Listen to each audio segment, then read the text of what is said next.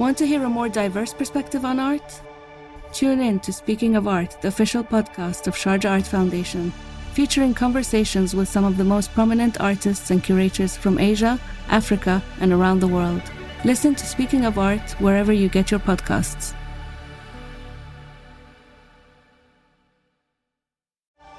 Want to hear a more diverse perspective on art? Tune in to Speaking of Art, the official podcast of Sharjah Art Foundation, featuring conversations with some of the most prominent artists and curators from Asia, Africa, and around the world. Listen to Speaking of Art wherever you get your podcasts.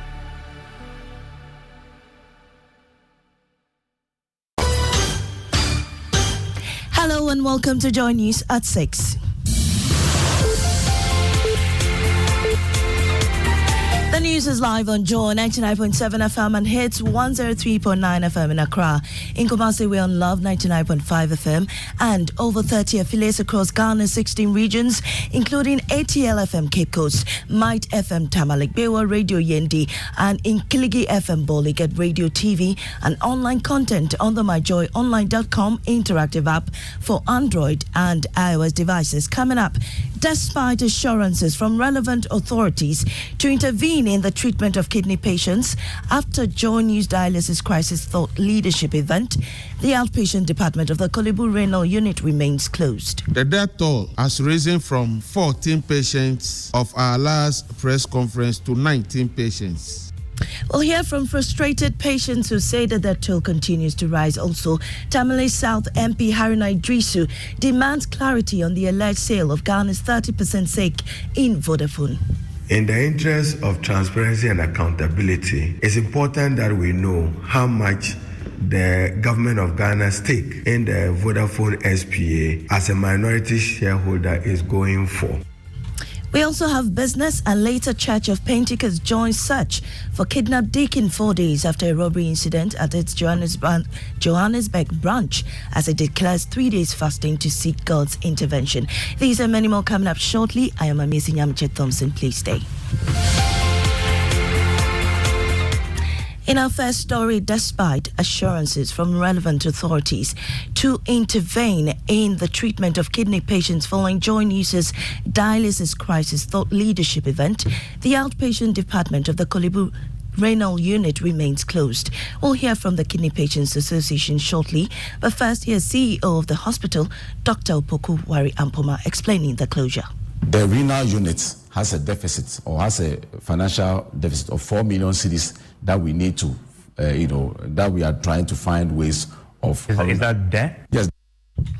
Now, Presidential Advisor on Health, Dr. Anthony Siansari, gave the assurance that the government will intervene in the situation to get the unit opened. Government is to assist and help the people. So whatever government wants to do to assist the people, that's what government will do. But to date, the unit remains closed to outpatients. Spokesperson for the Kidney Patients Association, Daniel Hammond, says the situation is causing the death toll to rise. As we speak, the cabin is still closed to outpatients. The death toll has risen from 14 patients of our last press conference to 19 patients. Lives are being lost needlessly due to the lack of adequate dialysis. We humbly appealing to the government again to help us.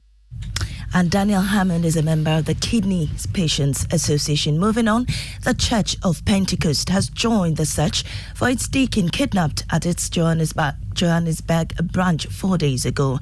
Gun-wielding men attacked the church and whisked away the deacon with an unspecified amount of money.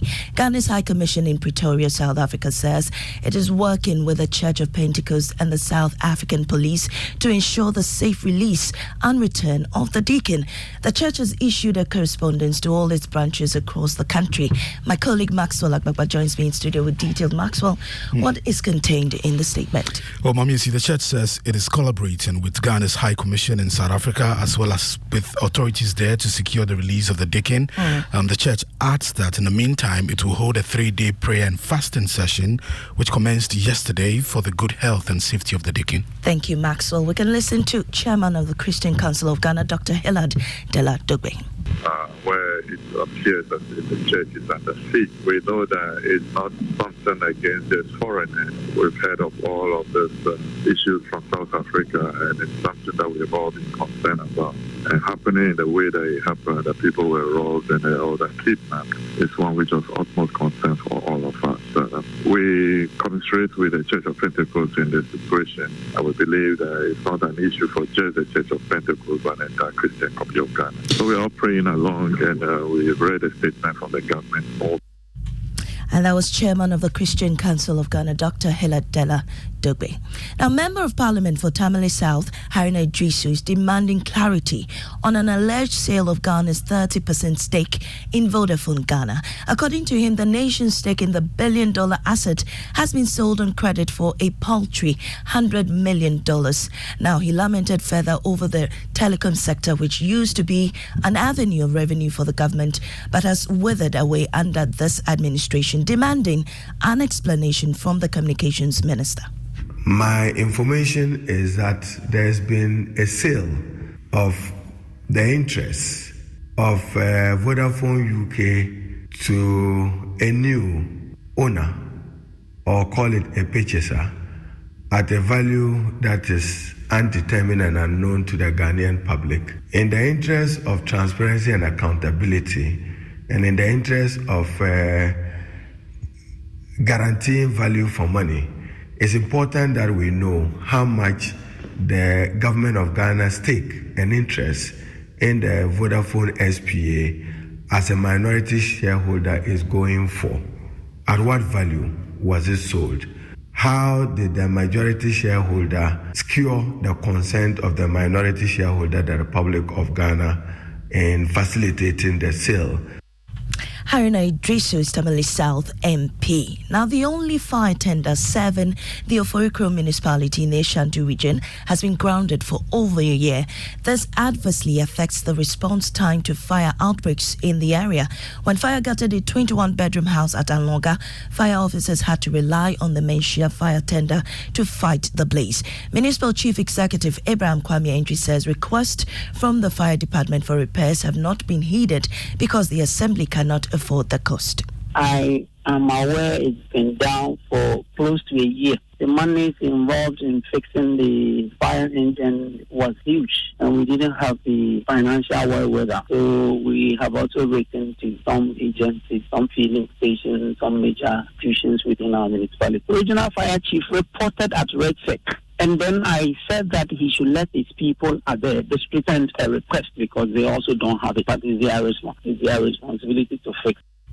Now, Ashanti Regional PRO of the Fire Service, DO3 Peter Ade, explains their ongoing plans to fix malfunctioning tenders. He however expects all sectors to collaborate with the fire department. I know the regional command has put in measures to fix it. As at now, we have been able to secure some of the parts to fix it. But like the MC said, I mean, the amount involved is so huge. We cannot do it on our own. You see, fire safety, like we always say, is a shared responsibility. Even though the tender is for fire service, it is serving the people of Orikrum. And to the NPP, as the party prepares to elect a new leader this weekend, Vice President Dr. Mahmoud Bawumia is fighting off claims that he mismanaged the economy. There have been a strong advocacy by other aspirants that the Vice President should be voted against due to poor management of the economy in the Akufo-Addo government. However, Dr. Bawumia is fighting off such assertions, indicating he does not have full control of what happens in government. I have been able to support the government with all of these ideas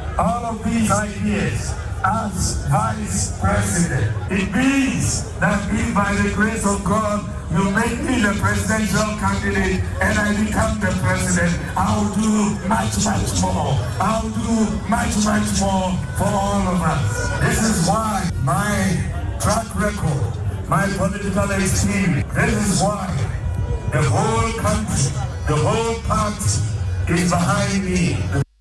You heard Vice President Dr. Mahmoud Bawumia. Now, students and all boys of the Opokuwari School had high hopes of avenging the Odadi of Presec Legon in the 2023 finals of the National Science and Math Quiz. But whilst arguably one of the schools with the most grand finale appearances in the competition seems not to have figured out how to revenge the Blue Magicians, Emmanuel Bright-Kweku has more. Opokuwari School.